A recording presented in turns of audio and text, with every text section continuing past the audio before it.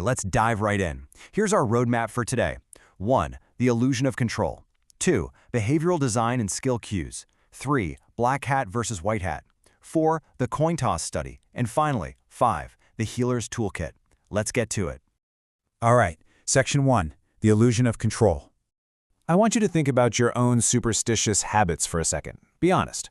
Why is it that we throw dice harder when we need a high number, but we toss them softly when we need a low one? It's kind of hilarious when you step back and think about it, right? I mean, dice are literally just inanimate cubes of plastic. They don't know how hard you're throwing them. They don't care. And yet, as human beings, we consistently act as if our sheer physical effort can somehow reach into a purely random event and bend it to our will. So what's actually happening here? Well, the illusion of control is basically the belief that your own skill or ability can affect the outcome of a purely random chance event. Harvard psychologist Ellen Langer famously demonstrated this back in 1975. And the really crucial thing to understand here is that this isn't about human stupidity, not at all. It's actually a misfiring of our highly adaptive evolutionary skill detector. You see, our brains are simply hardwired to look for ways that our effort matters. Langer's classic office lottery experiment captures this whole dynamic perfectly. She set up a lottery, but with a twist. Some workers were allowed to choose their own ticket, while others were just handed a random one. Now, mathematically speaking, every single ticket had the exact same odds of winning. But later, when researchers tried to buy the tickets back, the people who were handed a random ticket were totally fine selling them for a modest sum. But the people who chose their own ticket, they demanded several times more money, and a lot of them refused to sell at any price. Simply making a trivial, personal choice completely manufactured a feeling of control out of thin air. Moving on to Section 2, Behavioral Design and Skill Cues. Let's flip the script for a minute and look at this from the perspective of a professional human systems architect. Behavioral designers know exactly how to trigger this illusion. They use things called skill cues.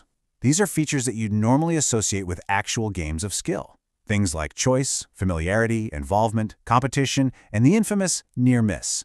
If a designer sprinkles these cues into a task of pure chance, like picking your own lottery numbers or hitting a fake stop button on a digital slot machine, your brain reads those cues and goes, my effort matters here. Your confidence skyrockets, even though the math hasn't changed one single bit. Another massive trigger for this is the sequence effect. In one fascinating study where people predicted coin tosses, researchers secretly rigged the game so everyone got the exact same number of correct guesses overall. But here's the catch. The people who experienced a streak of early wins rated themselves as significantly better at predicting coin tosses.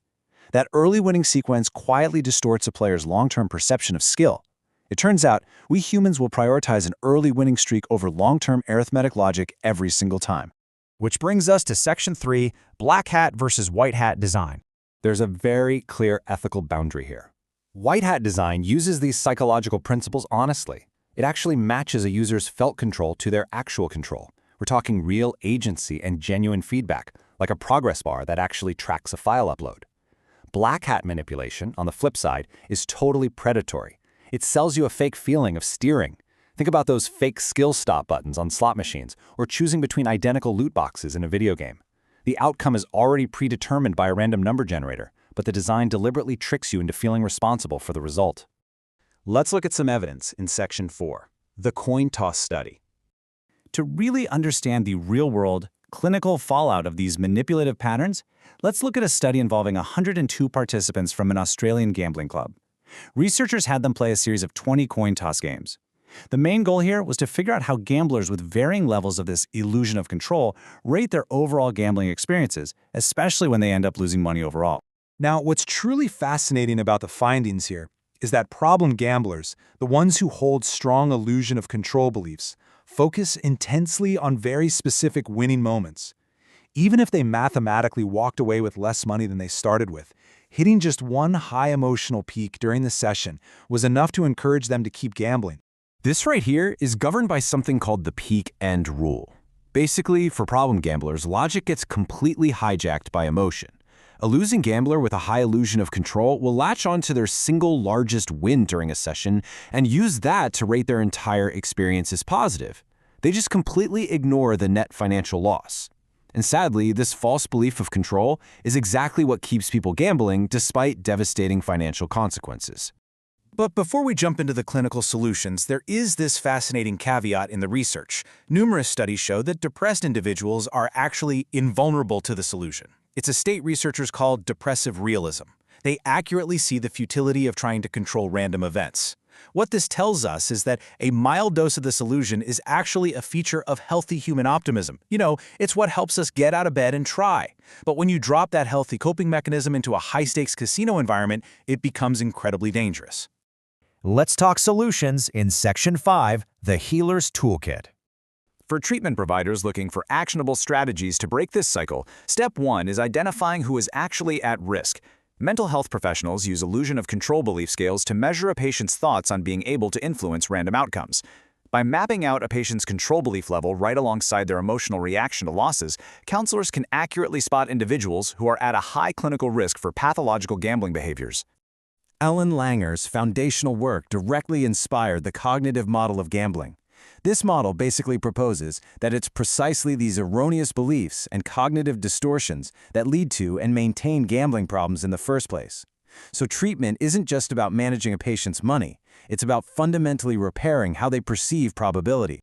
So here is the step-by-step clinical playbook therapists use to help reduce a patient's dangerous illusion.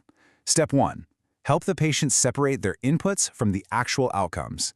They literally list out what the patient controls versus what is just pure luck. Step 2. Run the disconnection test. For example, if you take away the stop button, does the slot machine outcome actually change? No, it absolutely doesn't. And finally, step 3. Therapists use cognitive restructuring, which is a core part of CBT, to help patients actively identify and reframe these false personal control beliefs in real time. We've covered a massive journey today, from throwing dice to behavioral design right down to clinical cognitive therapy. But I want to leave you with a pretty provocative thought. If our human brains are naturally hardwired to find patterns of skill in pure, unadulterated chaos, how much of your daily digital life, the apps you use, the feeds you endlessly scroll, the buttons you press, is actually your choice? And how much of it is just a beautifully designed illusion of control? Keep that in mind next time you log on. Thanks for joining me on this explainer, and keep learning.